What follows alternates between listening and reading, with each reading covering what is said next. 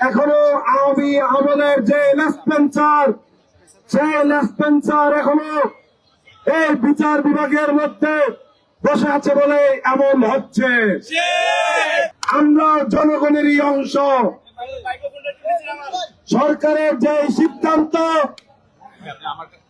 বিচার বিভাগের যে প্রশাসন, আমরা দেখতে পেলাম কালকে রাত 10টার সময় একটি প্রজ্ঞাপনের মাধ্যমে জানানো হলো কোর্ট বসবে কেরানীগঞ্জে, তারপর জানানো হলো কোর্ট বসবে বক্সিবাজার।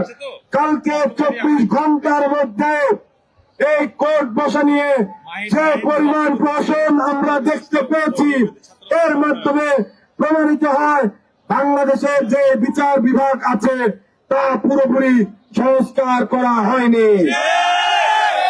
এখনো আওয়ামী আমলের যে লেসপেন্সার, সেই লেসপেন্সার এখনো এই বিচার বিভাগের মধ্যে বসে আছে বলে এমন হচ্ছে। সংগ্রামী ভাই এবং বন্ধুগণ, আপনারা বিগত 2 দিন যাবৎ অক্লান্ত পরিশ্রম করছেন। আপনারা বাংলাদেশের বিভিন্ন প্রান্ত থেকে ছুটে এসেছেন নিজেদের ন্যায্য অধিকার ফিরে পাওয়ার জন্য। আমরা ছাত্র সমাজ সেখানে সংহতি প্রকাশ করেছি। আমরা চাই আজকের দিনের মধ্যে সরকার তার নির্বাহী আদেশ বলে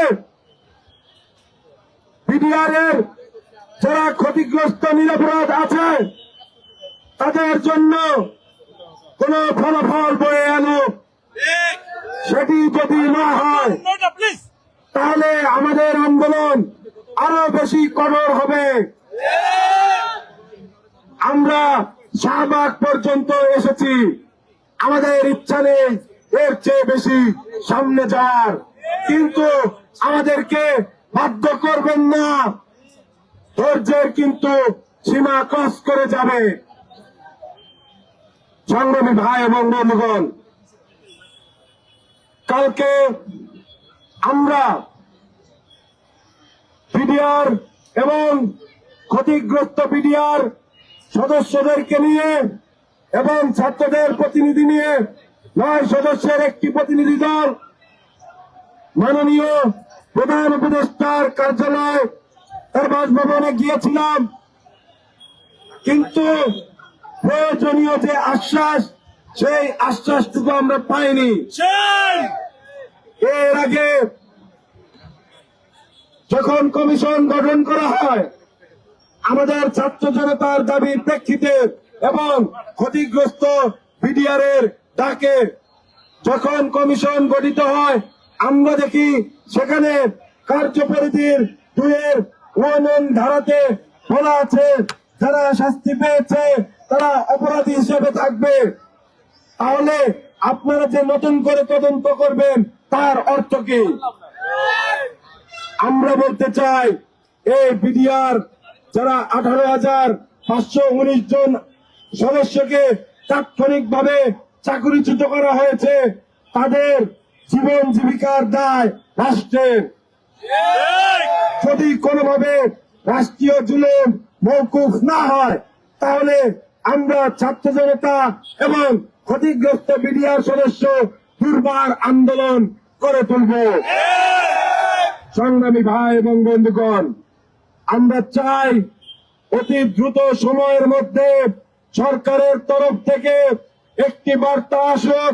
আমরা এখন পর্যন্ত সরকারের তরফ থেকে কোন প্রকার কোন বার্তা পাইনি। বিচার বিভাগের কাছ থেকে আমরা কোন ন্যায় বিচারের কোন ইঙ্গিত আমরা পাইনি। আমরা দেখতে পেয়েছি যেখানে কোর্ট বসার কথা ছিল সেই ঢাকা আলিয়া মাদ্রাসা, সেখানকার লাইব্রেরি পুড়িয়ে দেওয়া হয়েছে। এখানে কোন ষড়যন্ত্র আছে কিনা সরকারের কাছে অনুরোধ থাকবে তারা যেন খতিয়ে দেখে।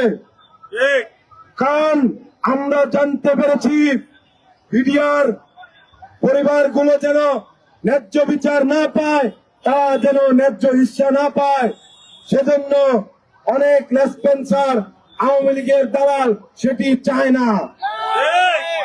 আমরা ক্ষতিগ্রস্ত বিডিআর সদস্য এবং বিডিআর পরিবারকে সাথে নিয়ে বলতে চাই, আপনারা যদি দ্রুততম সময়ের মধ্যে এই ন্যায় বিচার প্রতিষ্ঠা করতে না পারেন, তাহলে কিন্তু তীব্র থেকে তীব্রতর আন্দোলন গড়ে তোলা হবে।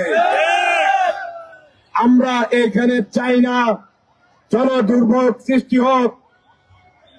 আমরা ঢাকা সহ সারা দেশবাসীর প্রতি আহ্বান জানাচ্ছি, আপনারা এই দাবিকে জাতীয় দাবি মনে করে এই বিডিআর সদস্যদের সাথে একাত্মতা ঘোষণা করুন এবং নেমে আসুন। সংগ্রামী ভাই এবং বন্ধুগণ, আমরা বুঝতে পেরেছি আমাদের লড়াই এখনো শেষ হয়নি। আমাদের লড়াই চলছে, আমাদের লড়াই চলবে যতক্ষণ পর্যন্ত না ইনসাফ প্রতিষ্ঠিত হচ্ছে। সংগ্রামী ভাই এবং বন্ধুগণ, আমরা একটা বিশেষ শাহবাগ ব্লকেট করেছি।